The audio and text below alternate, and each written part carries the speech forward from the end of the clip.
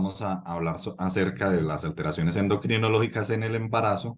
Mi nombre es Santiago Correa Ruiz, yo soy residente de primer año del programa de especialización en medicina interna de la Universidad de Caldas y este va a ser el derrotero y la hoja de ruta por la cual vamos a llevar a cabo este estado del arte, comenzando por una breve introducción, luego hablaremos un poco acerca del metabolismo energético en la gestación. Proseguiremos hablando un poco de la diabetes mellitus en el embarazo, seguido de los cambios fisiológicos de la función tiroidea y las enfermedades tiroideas en la gestación. Dado la complejidad y las diversas patologías endocrinológicas que se pueden presentar en la gestación y el corto periodo de tiempo pues que tenemos para esta disertación, he decidido escoger los temas en lo que respecta a las enfermedades o a las entidades endocrinológicas más frecuentes y que pueden resultar de más relevancia para el internista, en este caso la diabetes y las enfermedades tiroideas.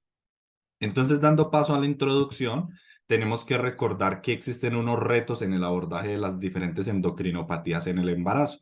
Por un lado, se encuentra definir qué es lo fisiológico y qué es lo patológico, dado que la condición de embarazo per se se asocia a una diversa gama de alteraciones endocrinológicas y modificaciones, pues en general, de muchos ejes y muchas partes del sistema endocrino a nivel sistémico. Adicionalmente, que debemos tener en cuenta la interacción del binomio madre-hijo, no solamente las repercusiones que puede tener para la madre per se, sino adicional para el embarazo y para el feto, y que adicionalmente nos vemos en muchos casos limitados en cuanto a los fármacos disponibles para el manejo de todas estas patologías, porque hay que tener siempre en cuenta el potencial de teratogenicidad y la seguridad para el embarazo y para el feto.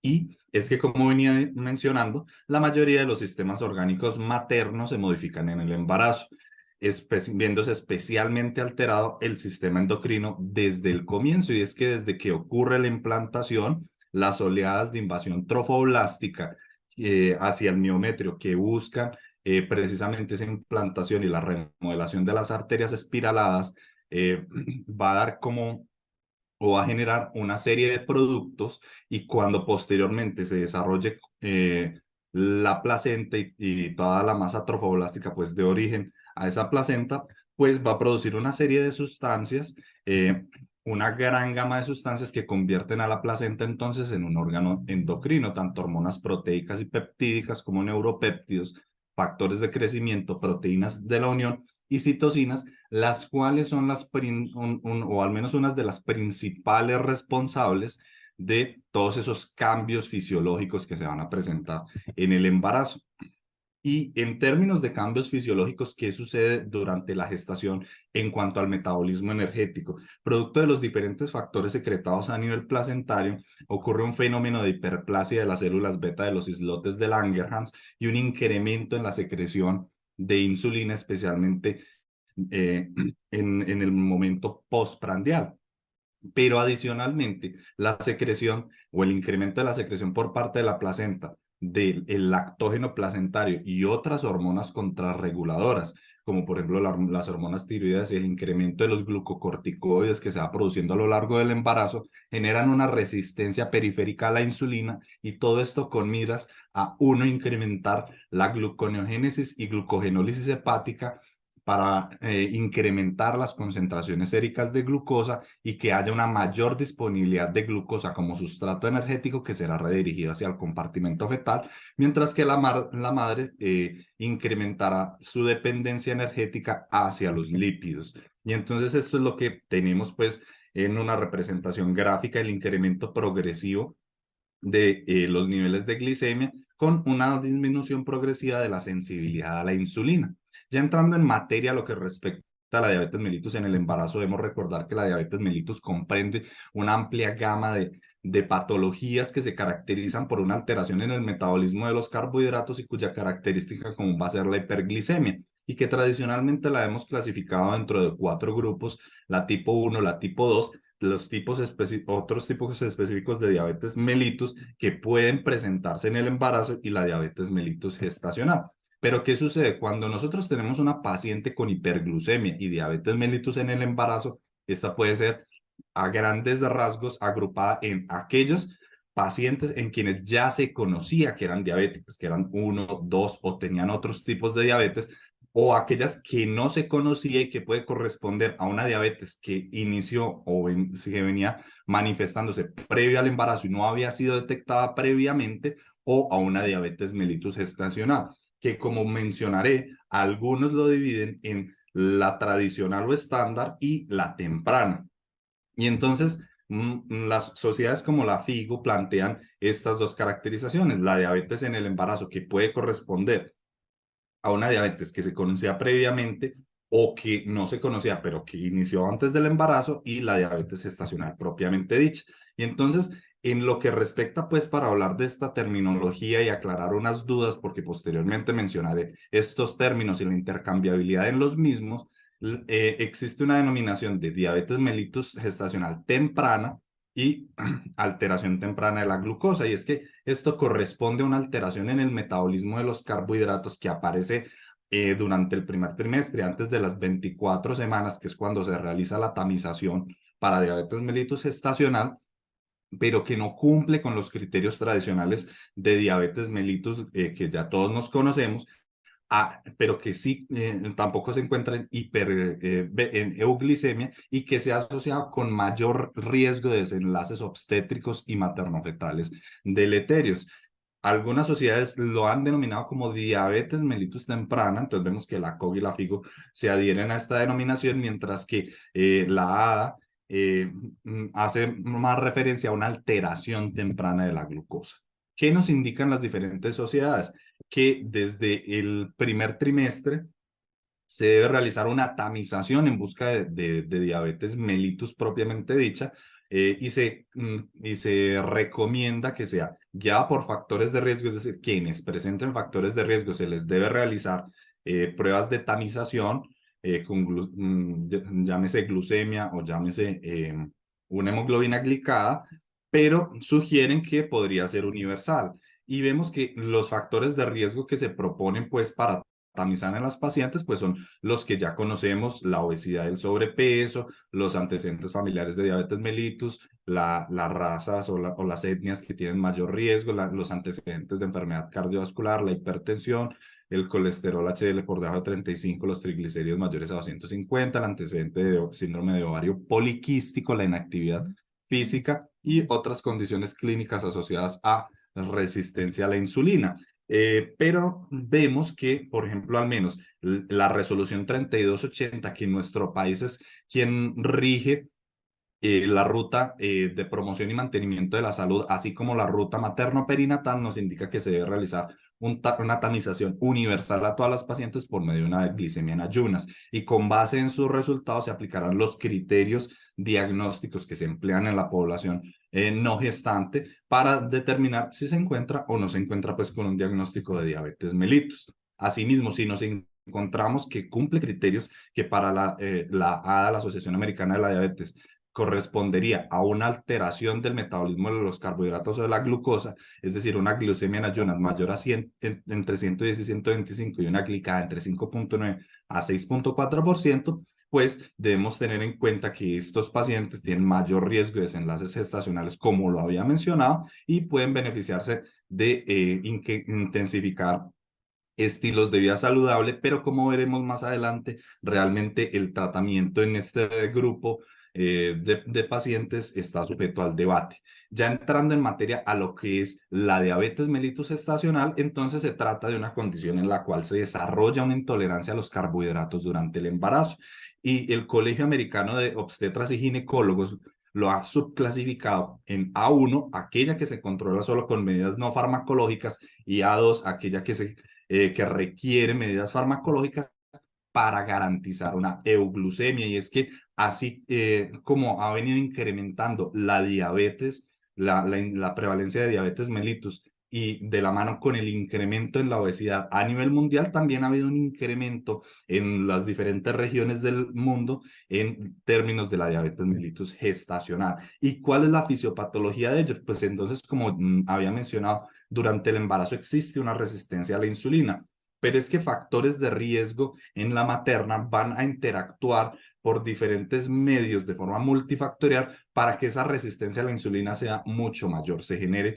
mayor hiperglicemia y mayor insulinemia materna, y la hiperglicemia materna va a pasar al compartimento fetal, generándose una hiperglicemia fetal que a su vez va a generar hiperinsulinemia por el feto, por el páncreas fetal, y esta hiperinsulinemia es la que se va a asociar a esos cambios de la fetopatía diabética, como el incremento pues como la macrosomía, que es asimétrica por un incremento en la circunferencia abdominal, dado por un incremento a su vez en la adiposidad visceral y el tamaño hepático, así como otra serie de consecuencias, por ejemplo, a nivel cardíaco fetal. Y entonces estas se van a ver representadas en una serie de complicaciones a corto y a largo plazo, que ya describiremos más adelante, pero que vienen dadas precisamente por esa mayor resistencia periférica a la insulina en los tejidos blancos, que son los que requieren de ella como señalización para la internalización de la glucosa y utilización como combustible energético. Y entonces vemos como en un embarazo, pues, en términos generales normoglicémicos per se existe una resistencia a la insulina, pero ya en la diabetes mellitus, pues esas cascadas de señalización, eh, y esa fosforilación cruzada de los dominios intracitoplasmáticos del receptor de insulina, pues se ve disminuida, afectando la capacidad que tiene la señalización para inducir la traslocación de los transportadores GLUT4. Y entonces acá vemos la comparación entre las pacientes, entre comillas, normales, ¿cierto? O sea, sin diabetes mellitus estacional versus las pacientes con diabetes mellitus estacional, y definitivamente observamos cómo ellas tienen una mayor reducción en la sensibilidad periférica a la insulina, viéndose especialmente marcada en el embarazo tardío. Algunos factores de riesgo se han identificado que se han asociado a la diabetes mellitus estacional, entre ellos la obesidad y el sobrepeso, y el incremento en la ganancia de peso gestacional es el principal factor, diría yo. La edad avanzada, pues el no tener un ancestro pues caucásico, los antecedentes familiares de diabetes mellitus tipo 2, un antecedente de diabetes mellitus estacional, la multiparidad, un feto masculino, un embarazo múltiple, perdón, factores genéticos, síndrome de ovario poliquístico, el tabaquismo, factores psicosociales como la depresión durante el embarazo, dietas poco saludables y pobre adherencia pues a actividad física y o sedentarismo.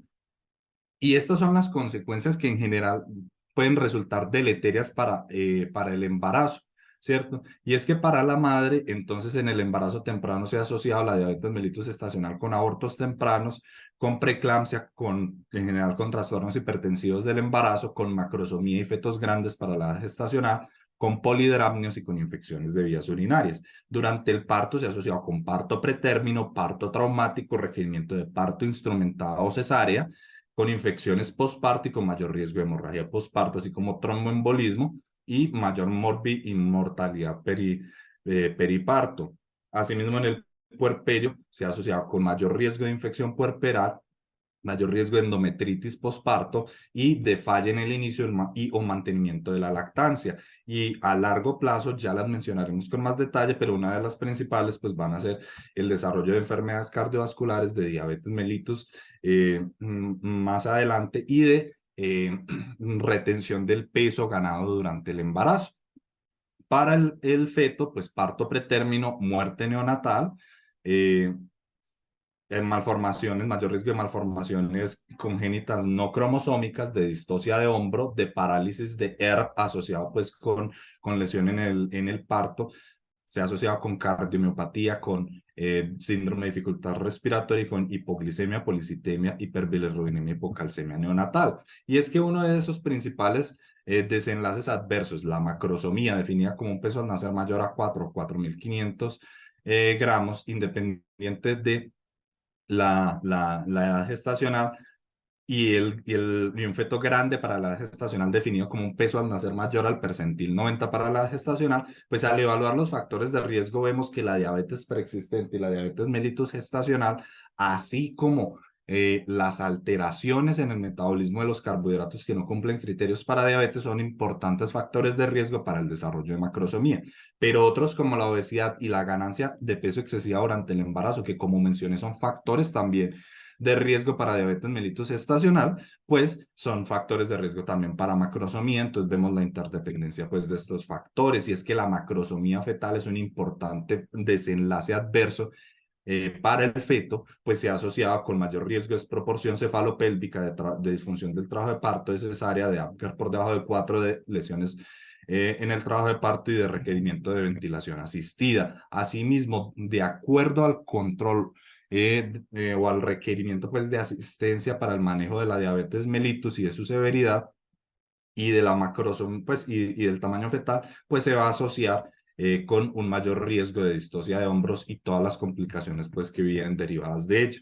Y es importante entonces hablar de las complicaciones a largo plazo de la diabetes mellitus estacional, y es que es muy importante y son unos pacientes que tienen mayor riesgo y que probablemente van a derivar en nuestras manos a futuro cuando ya estén, cuando ya haya avanzado pues más tiempo del posparto. Es que las mujeres, la diabetes mellitus estacional se ha asociado a largo plazo con hipertensión, diabetes tipo 2, disfunción vascular, enfermedad hepática no alcohólica, dislipidemia, inflamación crónica, enfermedad renal crónica y cardiopatía isquémica. Y en cuanto al producto de la gestación, pues se va a asociar con obesidad infantil, con síndrome metabólico, con exceso de adiposidad abdominal, con cifras tensionales más elevadas y otra gama pues de trastornos.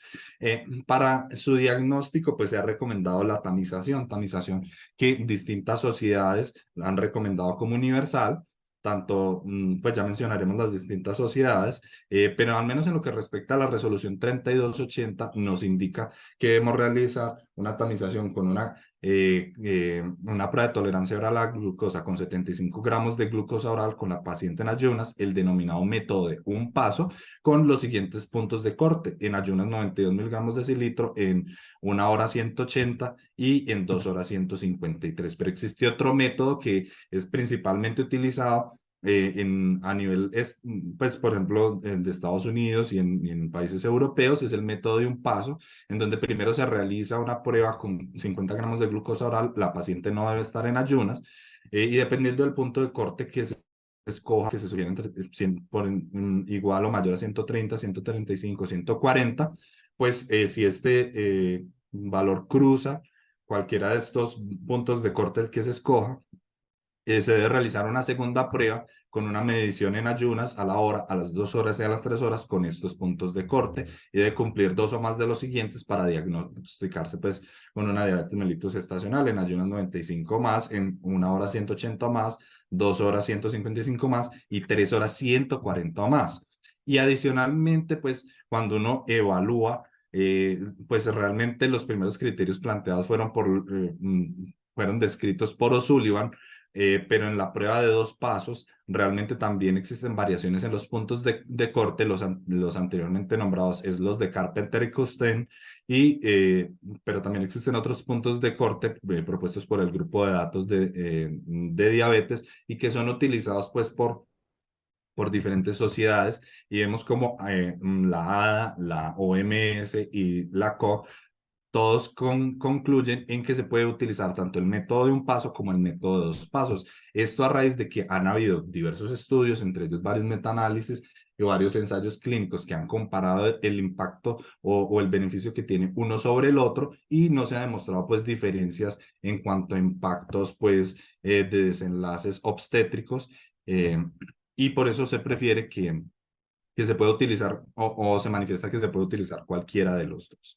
Una vez tenemos realizado el diagnóstico, pues el primer paso son las medidas pues de estilos de vida saludable, la modificación de los cambios dietarios y el incremento de la actividad física, ¿cierto? Los cuales deben ser prescritos. La paciente debe continuar con un seguimiento glucométrico, cumpliendo unas metas en ayunas, por debajo de 95 miligramos decilitro, 1 hora por debajo de 140 miligramos decilitro, y postprandial 2 horas postprandial por debajo de 120 miligramos decilitro, pero además otros marcadores como mencionaremos fetales, como un percentil de la circunferencia abdominal y el peso fetal estimado pueden ser determinantes si se escalona o no la terapia.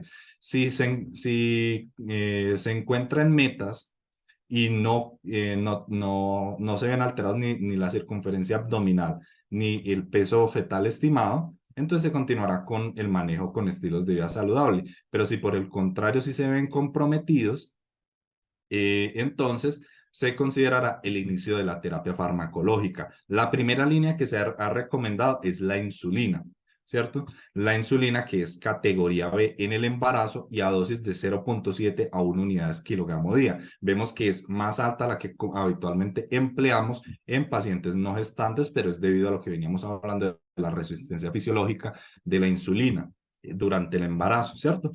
Y resistencia que va creciendo, especialmente hacia el tercer trimestre. Pero si la paciente no está dispuesta a las múltiples inyecciones diarias, pues entonces se puede recomendar o se puede iniciar el manejo con metformina, ¿sí? La cual tiene un adecuado perfil de seguridad, o en algunos casos, pues con glibenclamida.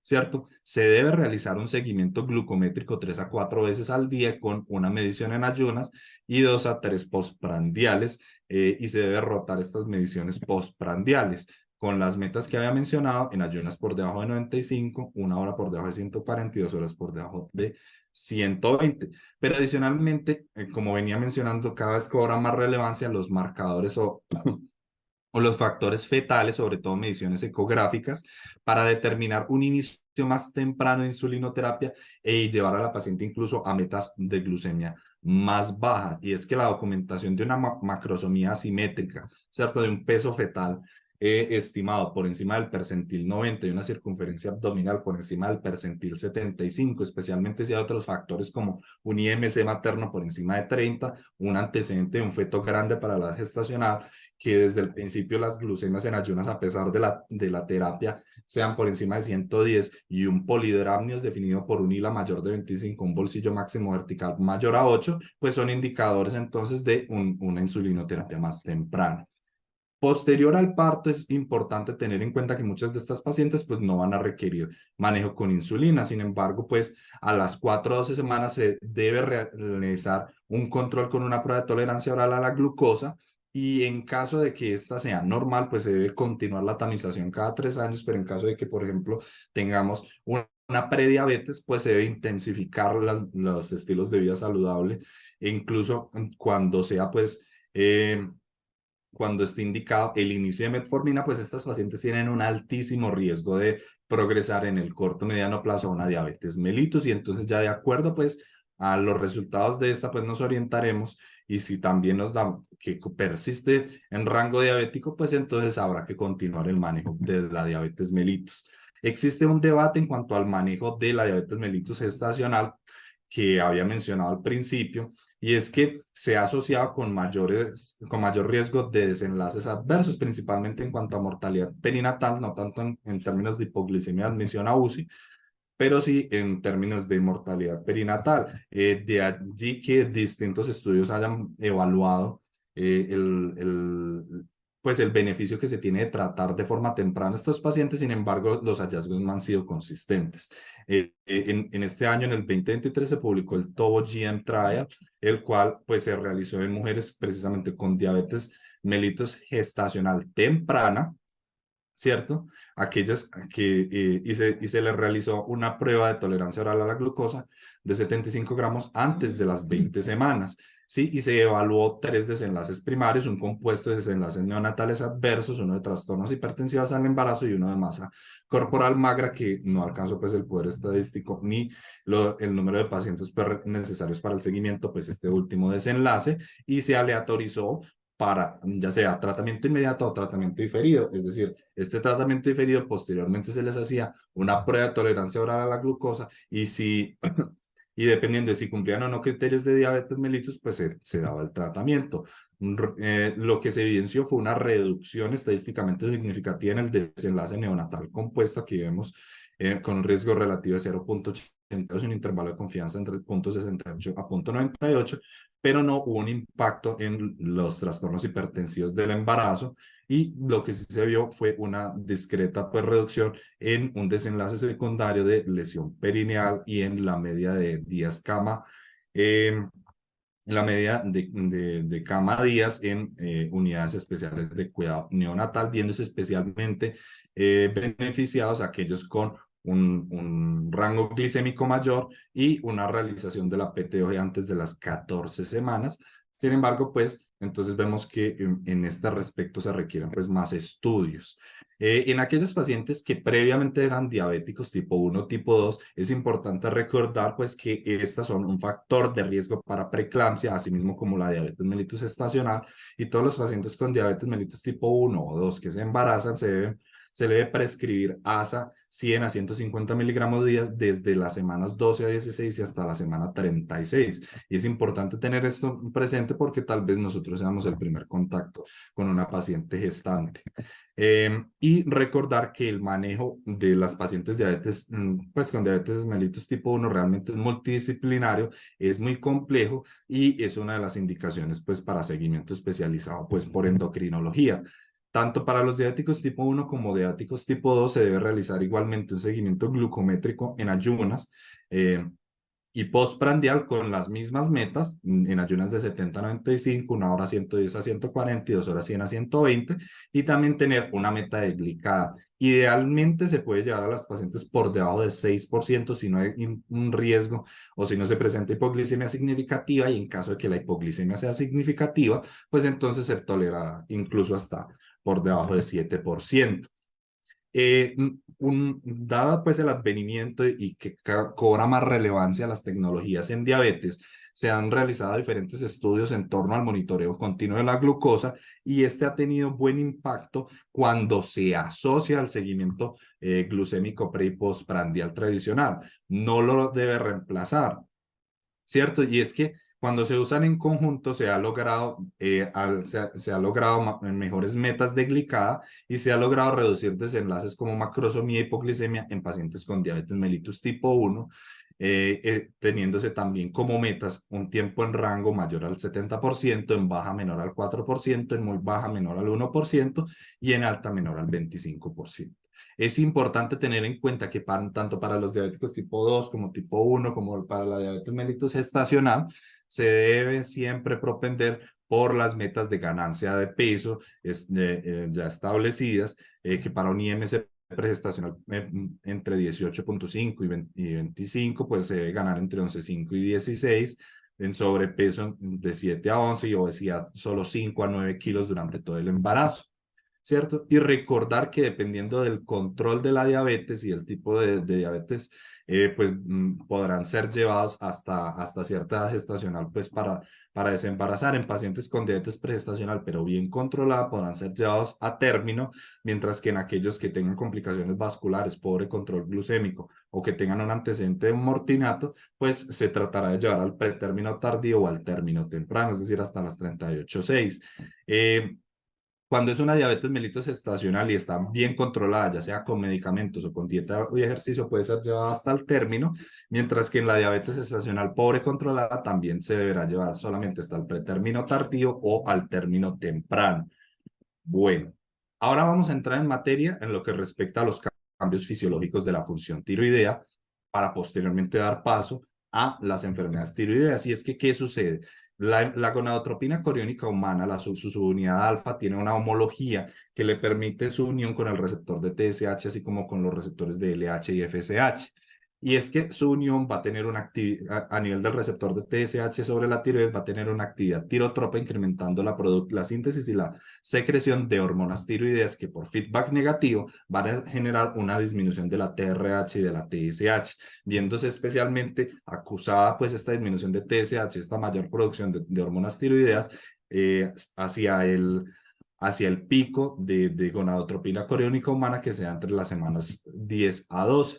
Y entonces vemos cómo el nadir de la TSH durante el primer trimestre se corresponde con la máxima concentración de la gonadotropina entre las 10 y las 12 semanas, ¿cierto? Pero esta disminución durante el primer trimestre TSH, posteriormente, pues, o a medida que caigan las concentraciones de la gonadotropina en el segundo y el tercer trimestre, va a comenzar a retornar a sus niveles normales. La T4 libre inicialmente pues va a estar incrementada por ese estímulo tirotropo de la gonadotropina coriónica humana. Sin embargo, en el segundo y el tercer trimestre, por un lado, por la mayor producción de la globulina transportadora o fijadora de hormonas tiroideas, que incrementa a raíz del estímulo estrogénico, ¿sí? Y que a su vez pues va a derivar en una mayor o en un mayor incremento de la T4 total por el incremento del metabolismo placentario por las desyoinasas tipo 2 y tipo 3 y por la expansión del volumen plasmático, pues van a disminuir los niveles séricos de T4 libre, que recordemos que representa el 0.03% de la hormona circulante. Asimismo, pues por el efecto tirotropo de la gonadotropina coriónica humana, pues se va a generar un incremento del tamaño de la tiroides. Alguna literatura menciona en un 18%, otros en un 10 a un 15% en países con suficiencia de yodo. Sin embargo, en países con bajo aporte de yodo, que no es el caso de Colombia, se puede producir un bocio del embarazo con un incremento del 20 al 50%. Adicionalmente, pues como mencioné, hay un incremento de la síntesis hepática de la globulina fijadora de hormonas tiroideas que va a representar un incremento en los niveles de T3 total y T4 total. Y es que durante el embarazo se incrementa en cerca de un 25 o un 50% la demanda de hormona tiroidea desde la quinta semana, en parte por un incremento en la depuración renal de yodo, que disminuye los niveles pues, de yodo plasmático, en conjunto pues, con el paso de yodo hacia el compartimento fetal, pero adicionalmente pues, por los fenómenos de mayor degradación a nivel placentaria y por los requerimientos de hormona tiroidea al inicio del embarazo para suplementar pues la carencia de hormona tiroidea a nivel fetal, pues va a generar esa mayor demanda. Y esto, pues, que se debe repercutir en que durante el embarazo se debe incrementar el aporte de yodo en 50 a 100 microgramos días e incluso se ha sugerido que se incremente hasta más de 150 microgramos al día. Y esta es la representación gráfica de esos cambios. Vemos el incremento de la gonadotropina coriónica humana, cómo se corresponde con la caída en el primer trimestre de la TSH y el incremento de la T4 libre, y un incremento sostenido hasta una meseta de la globulina fijadora de hormonas tiroideas. ¿Y por qué hablar de esta fisiología? Es que esta fisiología impacta en la interpretación de las pruebas de la función tiroidea. Y es que entonces la TSH se debe interpretar de acuerdo a estos cambios que experimenta. Y lo que se sugiere es que se interprete el rango de acuerdo pues al ajustado para, pues según estudios poblacionales. Pero en caso de que no se tenga, tanto la ATA como el consenso colombiano están de acuerdo en que en el primer trimestre el límite superior del laboratorio se debe disminuir en 0.5 o usualmente dejar un límite superior de 4. Y en el segundo y tercer trimestre, pues el límite superior de la no embarazada. En lo que respecta al límite inferior, pues se sugiere que en el primer trimestre este sea de 0.1, en el segundo de 0.2 y en el tercero de 0.3. La T4 libre es un poco más compleja, ¿cierto? Pues su medición es difícil. El gol estándar es la cromatografía líquida con espectrometría de masa en tándem. Sin embargo, pues este es un examen paraclínico dispendioso y caro. En general, pues en lo que tenemos en nuestros laboratorios suelen ser inmunoensayos indirectos de T4 libre, los cuales pueden ser confundidos cuando hay niveles muy altos de globulina fijadora de hormonas tiroideas. Y nos puede arrojar niveles falsamente disminuidos en el segundo y el tercer trimestre donde bajan esos niveles, ¿cierto? Las propuestas son, una, aquellos laboratorios que cuenten con estandarización pues de, de rangos de referencia de acuerdo pues al trimestre, pues se deben usar esos rangos de referencia, o emplear el índice de T4 libre que tiene en cuenta pues los niveles de T4 total y el índice de unión pues para calcular la T4 libre. Y entonces lo que recomienda el consenso colombiano, por ejemplo, es que se interprete de acuerdo a los rangos para el trimestre y que en caso de que esto no sea posible, se emplee la T4 total. Con una salvedad, y es el ajuste que se debe realizar por los cambios en los niveles de esta. Y entonces desde la semana 7 se debe emplear un factor de corrección incrementando un 5% por cada semana adicional hasta las 15 semanas, ¿cierto? Entonces, por ejemplo, en la semana 7 se multiplica el rango por 1.05, en la semana 8 se multiplica por 1.1 y así sucesivamente, y a partir de la semana 16 pues se va a seguir multiplicando por 1.5. Pues existe una importante prevalencia de anticuerpos anti-TPO en la población femenina, tanto no gestante como gestante, y lo que se ha visto es que se han asociado en algunos estudios pues con desenlaces adversos. Lo que sí se ha visto particularmente asociado es que aquellos pacientes con anti-TPO positivo tienen niveles más altos de TSH y niveles más bajos de T4, como vemos acá, ¿cierto? Y algunas de esas asociaciones reportadas pues son con abortos esporádicos, ¿cierto? Y existe más debate y más evidencia un poco contradictoria en cuanto a abortos recurrentes, parto pretérmino e infertilidad. La asociación más fuerte que se ha documentado es con tiroiditis postparto, en donde se incrementa el desarrollo pues, de la misma, como veremos posteriormente. Ya entrando en lo que respecta a los trastornos tiroideos del embarazo, pues vemos que existen unos factores de riesgo para su desarrollo y es un antecedente de trastornos tiroideos, de tiroiditis postparto, de radiación en el cuello, de positividad de anticuerpos antitiroideos, historia familiar de enfermedades tiroideas o de enfermedades autoinmunes, perdón, síntomas pues positivos de enfermedad tiroidea, bocio, enfermedades autoinmunes en la paciente, nódulos tiroideos, terapia de reproducción asistida, deficiencia pues de yodo, eh, medicamentos que alteren la función tiroidea, pérdidas estacionales recurrentes, parto pretérmino de infertilidad, multigravidez, edad mayor de 30 años, IMC mayor a 40. Y pues vamos a centrarnos principalmente en lo que respecta al hiper y al hipotiroidismo. Vamos a comenzar hablando del hipotiroidismo, recordando que es una patología sistémica que se va a caracterizar pues por una disminución en la producción de hormonas tiroideas, ya sea por una alteración primaria en la tiroides o por alteraciones pues en la regulación de cualquiera de los componentes del eje hipotálamo hipófisis tiroideo, y que tradicionalmente entonces a partir de eso se ha clasificado como secundario primario, y que sus criterios bioquímicos pues para el secundario es una TSH anormalmente normal con T4 y T3 bajas, mientras que para el primario corresponde pues a un hipotiroidismo primario clínico si se presenta una TSH elevada con hormonas tiroideas bajas, y subclínico si tiene una TSH elevada con unas hormonas tiroideas normales. Son diversas las causas, y si bien en algunas zonas pues el déficit de yodo es la principal causa, pues realmente en nuestro medio la enfermedad autoinmune pues principalmente asociada a la denominada tiroiditis de Hashimoto y las causas iatrogénicas pues representan las principales causas de hipotiroidismo. Y hay que tener en cuenta que así como mencionamos en la diabetes, en este también podemos tener dos escenarios: un hipotiroidismo pregestacional conocido por la paciente, o un hipotiroidismo que también era pregestacional, pero se documenta apenas en el embarazo, o un hipotiroidismo que francamente solo se presenta durante el embarazo.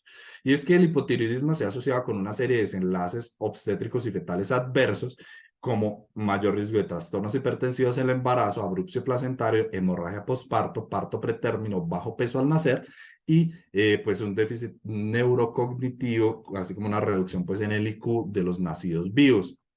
Esto principalmente para el hipotiroidismo manifiesto, ¿cierto? Hay más controversia en torno a los desenlaces del hipotiroidismo subclínico.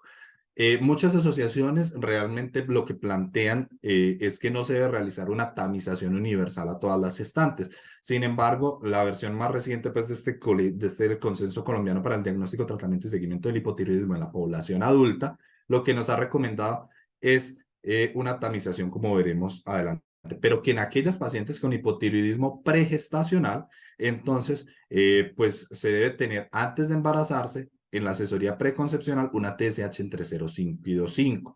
Y una vez tan pronto se dé cuenta de que está en embarazo, incrementar en un 25 a un 30% la dosis de levotiroxina, lo que equivale a adicionar 2 tabletas a la semana. Aquí era lo que estaba hablando de la tamización universal, y es que el consenso recomienda que se realice tamización a todas las gestantes, pero va a hacer una salvedad, y es que en aquellas áreas con recursos adecuados esto puede ser llevado a cabo, pero en aquellas áreas donde no se cuente con el recurso de laboratorio se debe priorizar su realización en aquellas pacientes que tienen factores de riesgo, los cuales ya mencioné. ¿sí? Y que a partir de una TSH de 4, pues establezca el diagnóstico de hipotiroidismo y se realice T4 libre, pues de acuerdo a sus recomendaciones previamente mencionadas o T4 total, para evaluar si se trata de un hiposubclínico o un hipoclínico. En cuanto al hiposubclínico, realmente es controversial si su manejo impacta o no. Estudios como el CATS y este ensayo clínico de Casey y otros, pues lo que se vio es que el tratamiento no mostró efectos benéficos sobre el coeficiente intelectual en los nacidos vivos. Sin embargo, este estudio en madres iraníes lo que demostró fue un impacto a nivel de la reducción del riesgo de parto pretérmino. Y lo que sugiere entonces el consenso es que cuando se tiene una TSH entre 2.5 y 4, se proceda a realizar medición de anticuerpos antitiroideos y en caso de que esto sea positivo, se puede iniciar el tratamiento, la suplementación con levotiroxina, dosis de 25 a 50 microgramos día, especialmente en aquellas pacientes con alto riesgo obstétrico y otras condiciones como fertilización asistida, pérdidas estacionales recurrentes por el alto riesgo pues, de desenlaces adversos con el que se ha vinculado la positividad de los anticuerpos. Y este es un resumen, pues, de las recomendaciones del consenso. Si se tiene una TSH entre 0.1 a 2.5 en el primer trimestre, nada, el seguimiento habitual. Si está entre 2.5 y 3.9, puede continuar un seguimiento habitual. Pues, si tiene TPO negativo, si tiene TPO positivo, dar el chance con 25 a 50 microgramos día. Si tiene una TSH entre 4 y 10, pero la T4 en rango se puede iniciar levotiroxina, pero a dosis de 1.3 microgramos kilogramo día. Si es una T4 baja, entonces se comenzará a 1.6 a 2.1, y si es una TSH mayor o igual a 10, pues esta misma dosis. Y realmente cuando vemos las recomendaciones, pues son un poco semejantes a las que ya se habían planteado eh, por otras asociaciones como la Sociedad Americana de la Tiroides. Y pues si bien existen algunas diferencias con guías internacionales, realmente pues son muy semejantes, recordando que la hipotiroxinemia aislada no se debe tratar y realmente debe realizarle es un seguimiento.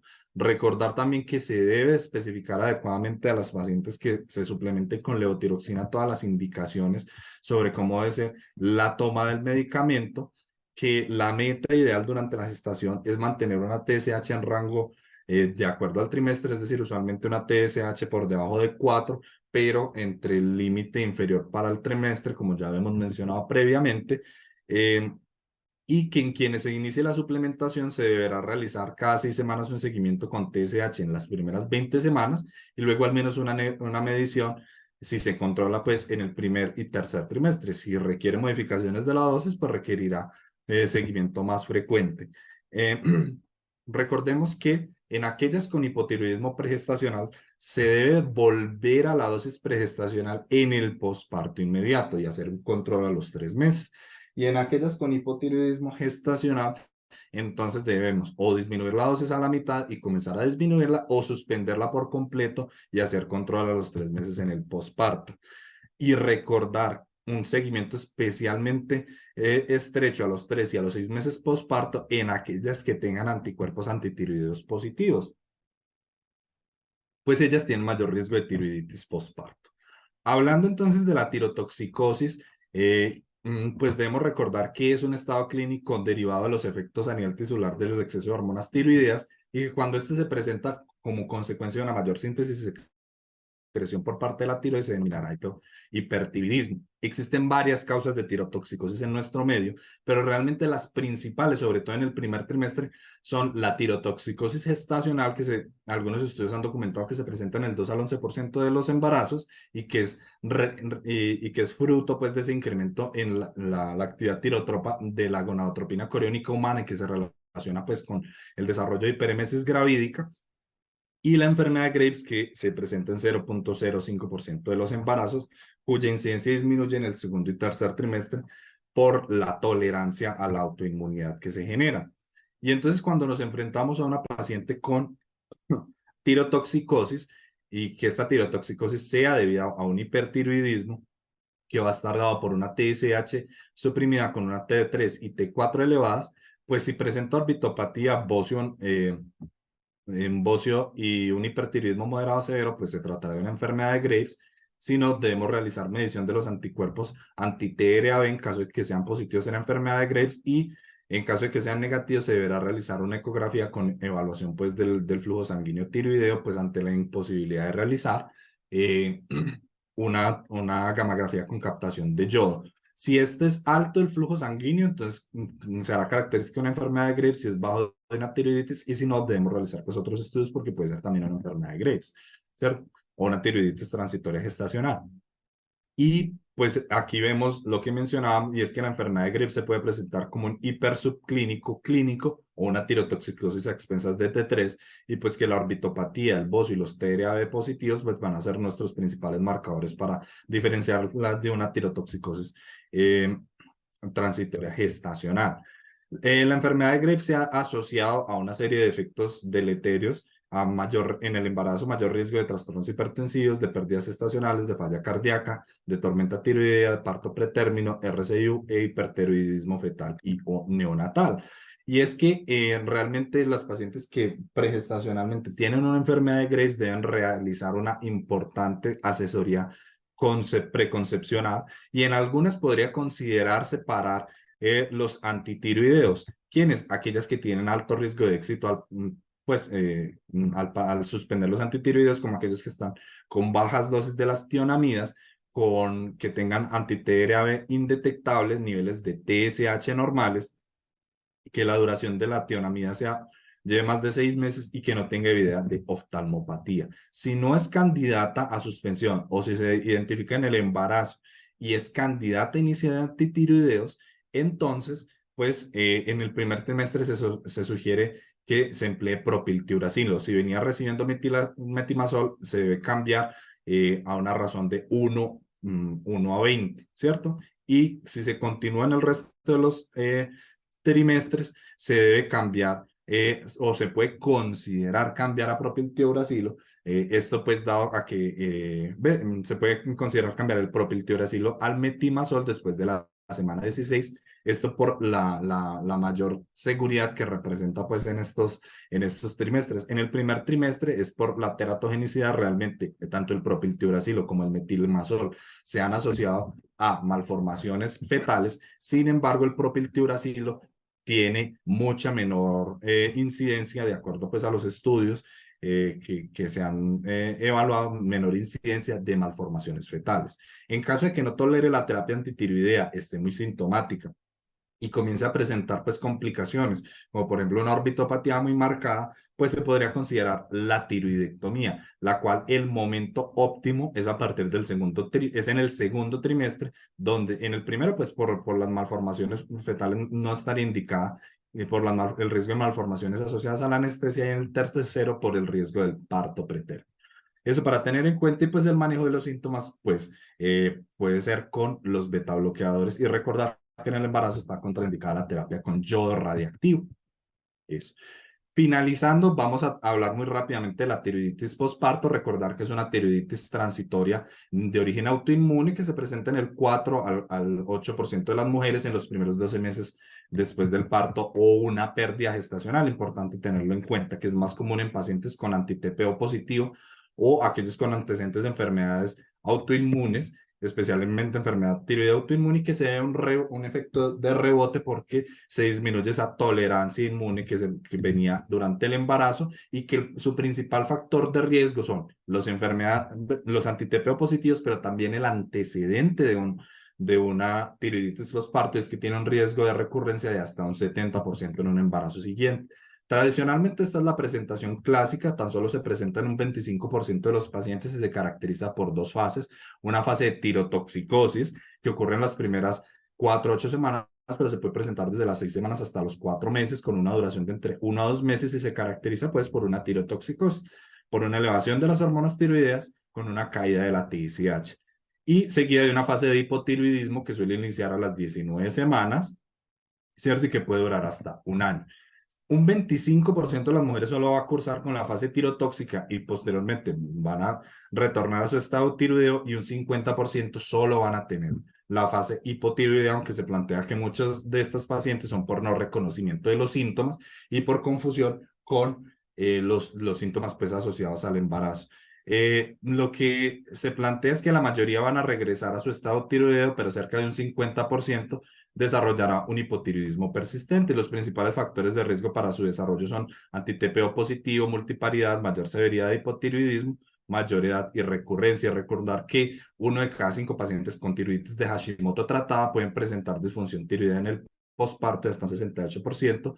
De ellos pueden experimentar fluctuaciones compatibles con una tiroiditis posparto. Realmente su fisiopatología es similar a la tiroiditis linfocítica crónica o tiroiditis de Hashimoto, donde hay una infiltración linfocitaria que altera la funcionalidad y que realmente sus manifestaciones clínicas tienden a ser más leves que por ejemplo, la tirotoxicosis por otras causas y que el hipotiroidismo por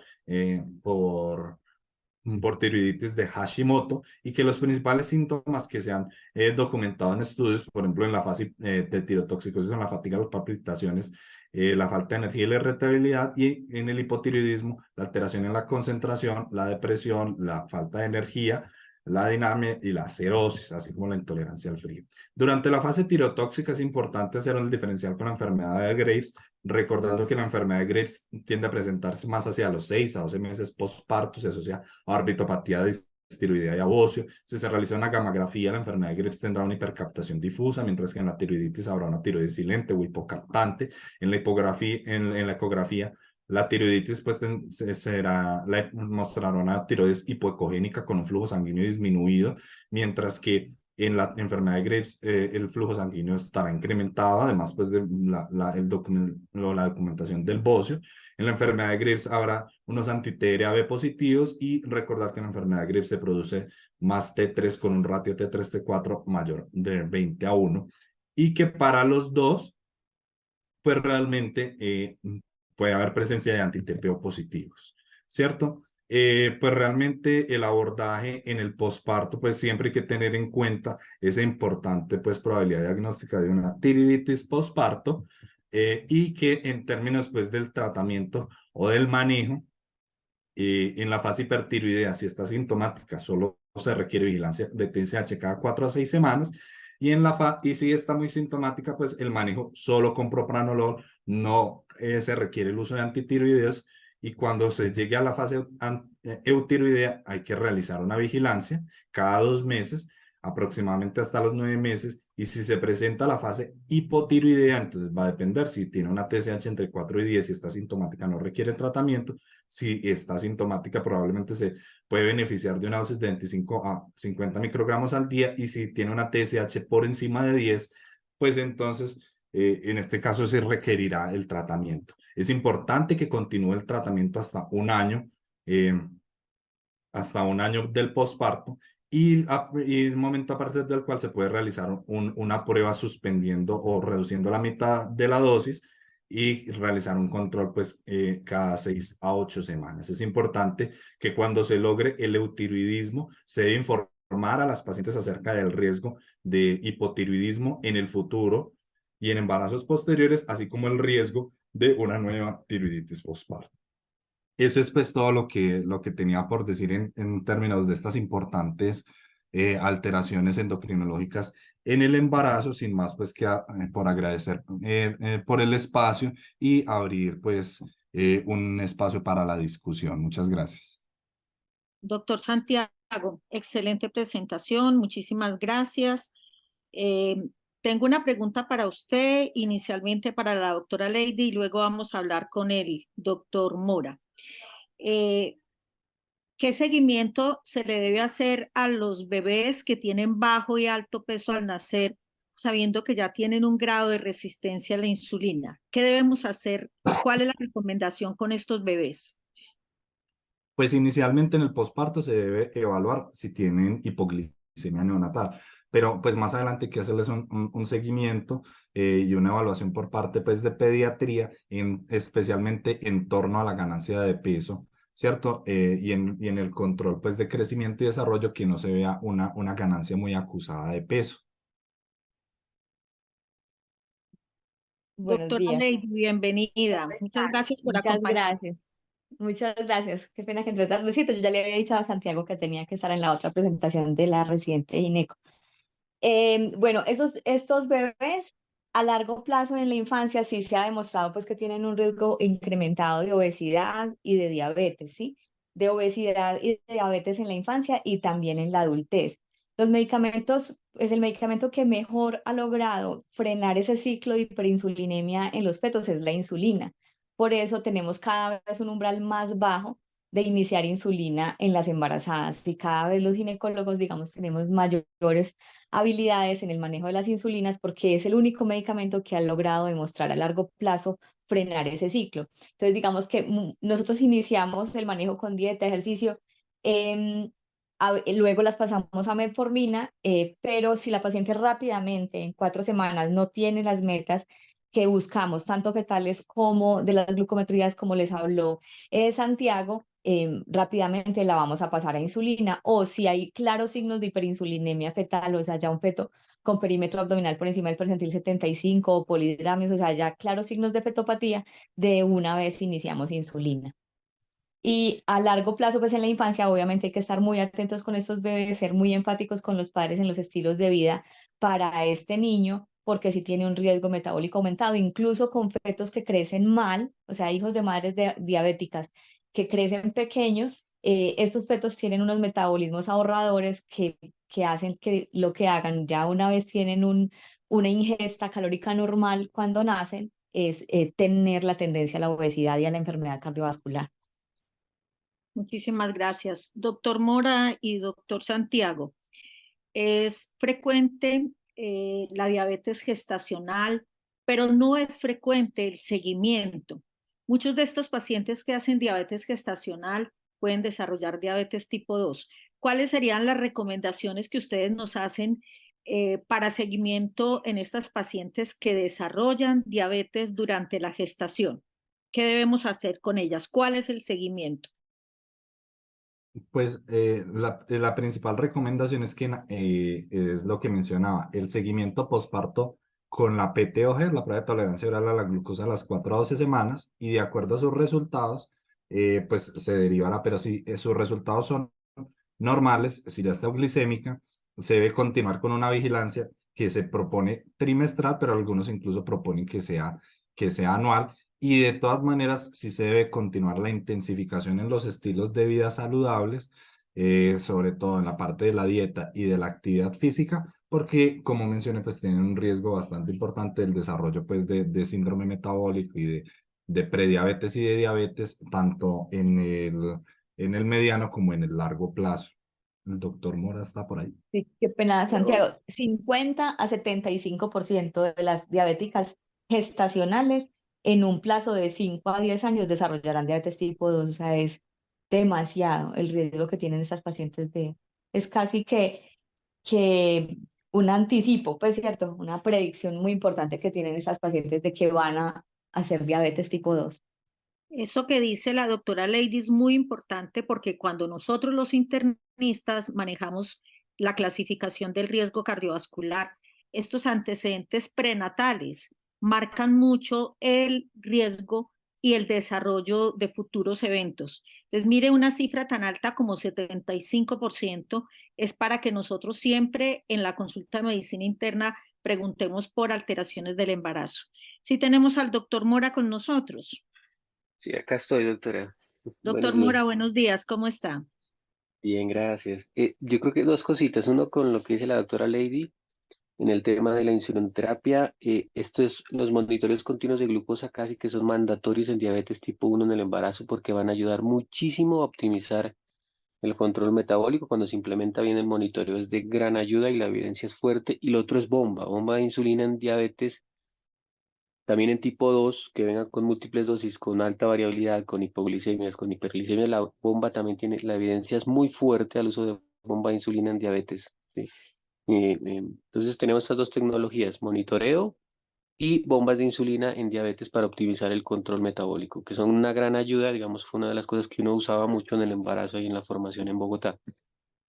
Y lo del riesgo también es muy importante. Esos pacientes, pues como dijo la doctora, tienen un altísimo riesgo de progresión a diabetes a largo plazo y es intervenir los desencadenantes más importantes y lo que se está haciendo el énfasis ahora en la IDI de este año y todo esto es el tema de la sobreadiposidad y de la intervención oportuna de la obesidad, ¿no? Porque muchos pacientes de estas tienen sobrepeso o obesas, y la intervención en peso es lo que reduce de manera muy significativa esa progresión a diabetes. Recuerden que reducciones de 3%, 5% en el peso van a tener un impacto muy positivo en la progresión a diabetes.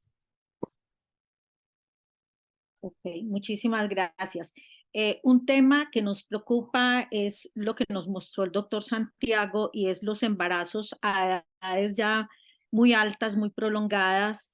La mujer ahorita pues está buscando desarrollarse profesionalmente y llegan 35, 36, 38 años y empiezan a procrear a esa edad. ¿Cuáles son los riesgos que se asumen con esas edades tan altas para el embarazo? El doctor Santiago nos planteó algunas, pero las complicaciones no solamente son para el bebé, sino para las mamás. ¿Qué debemos hacer en esas madres que se embarazan a esas edades tan altas? ¿Cuál es la recomendación que tenemos que tener y desde la visión del médico internista, qué debemos hacer? Bueno, cuando es solamente la edad, si es una paciente sana, digamos que por sí misma, pues obviamente todo el seguimiento de una embarazada, pues digamos de un mayor riesgo, tiene un mayor riesgo genético, obviamente tiene un mayor riesgo metabólico y un mayor riesgo de desarrollar preeclampsia, que también es un factor de riesgo cardiovascular. Si las pacientes que hacen preeclampsia tienen mucho más riesgo de infartos en el mediano plazo, ¿sí? Si, por ejemplo, la paciente es primigestante, tiene más de 35 años y tiene obesidad, ya de entrada la paciente con dos riesgos moderados es candidata a recibir aspirina en la dosis que les había comentado Santiago de 150 miligramos en la noche, ¿sí? Desde la semana 12 hasta la semana 36. La profilaxis con aspirina pues disminuye de forma muy significativa la probabilidad de desarrollar preeclampsia severa antes de la semana 34.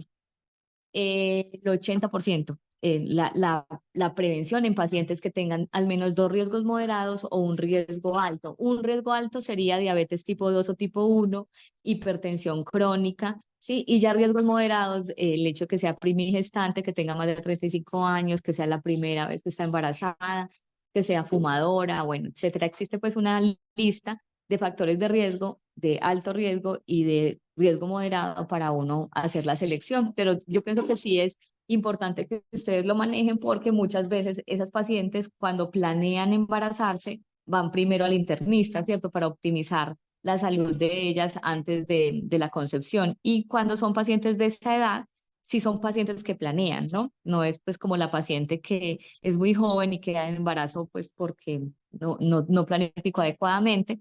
Esta paciente de esta edad sí generalmente planea la gestación. Muchísimas gracias. Doctor Mora, tener un riesgo cardiovascular cero en una mujer es complicado, pero la mayoría deben de asistir a la consulta de medicina interna o endocrino para, como dice la doctora Leyde, prepararlas para el embarazo. ¿Cuáles son las recomendaciones que como endocrinólogo usted le da a esas mujeres que van a su consulta y quieren tener una adecuada preparación para tener un embarazo y un parto dentro de la normalidad? Doctora, qué pena, ¿me repite la pregunta? No escuché muy bien. Es muy frecuente encontrar mujeres que van a la consulta para prepararse para tener un embarazo y un parto adecuado, sano, ¿no? ¿Cuáles son esas recomendaciones que damos sabiendo de que a veces es difícil tener un riesgo cardiovascular en cero? Porque uno ve que muchas son sedentarias, entonces ya tienen un riesgo, o muchas no tienen un buen consumo de frutas y verduras, incluso aunque no tengan historia de diabetes o hipertensión o hipotiroidismo, pues no tienen riesgo cero para llevar a cabo un adecuado embarazo. Entonces, ¿cuáles son como esas características que debemos evaluar en esa consulta preconcepción para garantizar un embarazo y un parto adecuado? Yo creo que ahí me quisiera retomar las palabras de la doctora Ley, digamos que muchos de esos pacientes terminan es primera vez por medicina interna y en la parte del riesgo metabólico siempre tener muy en cuenta, digamos que de las cosas que se ha venido cambiando de paradigma y se le ha dado mucha importancia es el tema del control del peso, sí, porque va a ser un determinante importante en el empeoramiento de la diabetes gestacional o en el desarrollo de diabetes gestacional. Entonces, que la paciente tenga un peso, pues si no es óptimo, al menos que logre una reducción de 3%, que puede ser muy alcanzable, preconcepcional, 3-5%, que nos puede ayudar a reducir ese riesgo de desarrollar complicaciones metabólicas durante el embarazo. La actividad física, ya lo sabemos todos, 75 de alta intensidad semanal o 150 minutos semanales si no es de alta intensidad. Pero son estas recomendaciones, la alimentación saludable, que tenga un componente importante de verduras, ensaladas y frutas. Son las recomendaciones clásicas, ¿no? Pues si para la paciente fuma, pues a la cesación del tabaquismo. Y si es una mujer que ya tiene el antecedente de patología tiroidea, pues hacer los controles preconcepcionales, y dependiendo si tiene enfermedad autoinmune o anti-TPO positivos de base, pues hacer la optimización para evitar complicaciones durante el embarazo. Bueno, muchísimas gracias. No veo manos levantadas. Doctor Santiago, felicitaciones, excelente presentación. Me interesa que me la mande, por favor. Y al doctor Mora y a la doctora Leide y a los asistentes, muchísimas gracias por acompañarnos y que tengan todos un bendecido día. Muchas gracias. Muchas gracias. Igualmente, doctora, muchas gracias, que estén muy bien. Buenas